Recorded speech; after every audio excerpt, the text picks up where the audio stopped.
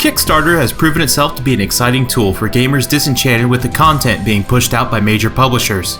Last year, Kickstarter exploded with projects promising to revive classic gaming franchises and bring new releases that embrace classic gaming conventions. Shadowrun Returns is one of the first major Kickstarter releases to come to market, and its success or failure to impress will inevitably shape gamers' trust of Kickstarter-funded projects. Based on a pen and paper RPG, 2 completely different Shadowrun titles were released for the Super Nintendo and Sega Genesis. The Shadowrun universe is a unique combination of high fantasy races like elves and dwarves, and a cyberpunk world. Shadowrun Returns offers an original campaign, turn-based tactical combat, and a robust editor that allows players to create their own campaigns. The player character is struggling after a Shadowrun gone bad, and is contacted by one of his old crew members from that run named Sam Watts. The catch is that Sam has been murdered, and his message is pre-recorded. In it, he offers you 100,000 win if you're able to bring the person who killed him to justice. As it turns out, Sam has been slain by a notorious serial killer, the Emerald City Ripper. The quest to identify the Ripper takes you through drug dens, Shadowrunner bars, the National Transportation Safety Board, a mental hospital, a cult's worship center, and into Megacorp territory. The narrative is very noir-inspired, with its femme fatales, seedy locations, and nihilistic denizens. The script is peppered with slang that is simultaneously ridiculous and enriching. This is especially important since Shadowrun Returns features no voice acting. The regulars of the Seamstress Union, your quest hub for much of the game, are usually up for a little chat. Even the merchants are on the loquacious side, sharing their personal stories before hawking their wares. Oddly enough, most of the Shadowrunners that accompany your character on missions are mute. They're merely a name and a character portrait. It's a shame considering how much personality the other characters in the game exhibit. Progression through Returns is very linear, but it keeps its focus on the narrative. There are a handful of optional tasks and even fewer optional missions to pad your coffers. It's ultimately a refreshing experience, since your character and the supporting cast are fueled by their own personal gains and vendettas instead of high-minded, self-aggrandizing, world-saving exploits. Tackling your missions involves navigating isometric maps, extracting information from the locals, and of course engaging in turn-based tactical combat. Exploring the sections of Seattle that host your missions isn't often rewarding.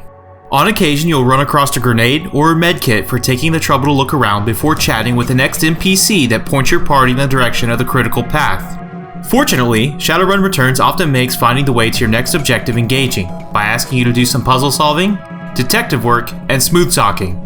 When the need to fight arises, combat starts immediately without any transition screens, and props that litter the environment become all-important cover. The turn-based combat will have you analyzing the position of your units, managing action points, and deciding which skills and spells to use. There are also elements in the environment to take advantage of. Riggers can send their drones through vents, and deckers can enter the Matrix to hack turrets, security cameras, and swipe information to fence for funds. Turns in Shadowrun are not governed by stats. There is simply a player phase and an enemy phase, which streamlines planning. A large emphasis is on ranged combat since firearms are generally more powerful, though melee attacks provide secondary effects like taking away a target's action points in addition to health. A wide range of buffs and debuffs can also swing the conditions on the battlefield in your favor. Where much of the difficulty in Shadowrun comes in is through the use of overwhelming numbers. Often enemy encounters are lopsided, and several missions have you face down endless waves of enemies until a given task is completed. Careful planning and making use of the environment makes these missions more than manageable. In fact, on the whole, Shadowrun is a bit on the easy side if you build an offense-based class.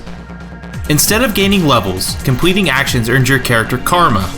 All of the other Shadowrunners your character hires are not customizable in any way. While this fits into the lore of Shadowrun, it can make the game more difficult if you choose to play as a specialized support character.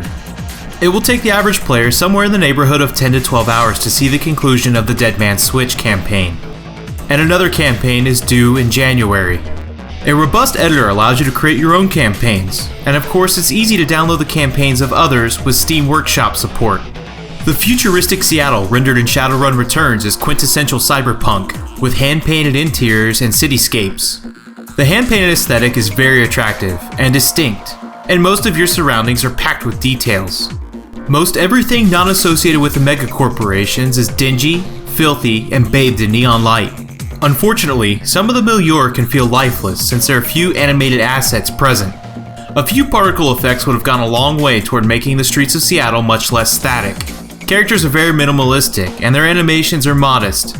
Detailed character portraits make up for this and do a commendable job communicating some personality. The music is handled by the composers of the original soundtrack for the Genesis and Super Nintendo games, and as one would expect, there's a large electronic influence. It's a catchy soundtrack that pays homage to its predecessor while properly aiding the tone of Returns. Shadowrun Returns is one of several games that has to shoulder the heavy burden of gamers' expectations from Kickstarter-funded games, and it has held up its part of those expectations admirably. Harebrained Schemes has delivered several balancing patches and has offered excellent support for Shadowrun Returns, and its quality is quite exceptional. Its cyberpunk noir narrative is highly enjoyable, with its cast of characters motivated by very personal circumstances rather than the need for glory and heroism. Combat is simple but flexible, offering an appreciable degree of options for taking foes down. It's also a bit easy, linear, and has a modest presentation. But all of this is easily forgiven, since its price is a third of a AAA game. Shadowrun Returns is an excellent example of what made classic RPGs special while reminding us how far the genre has come. Now let's hope that Wasteland 2 and Broken Age also impress. The future of Kickstarter-funded games depends on it.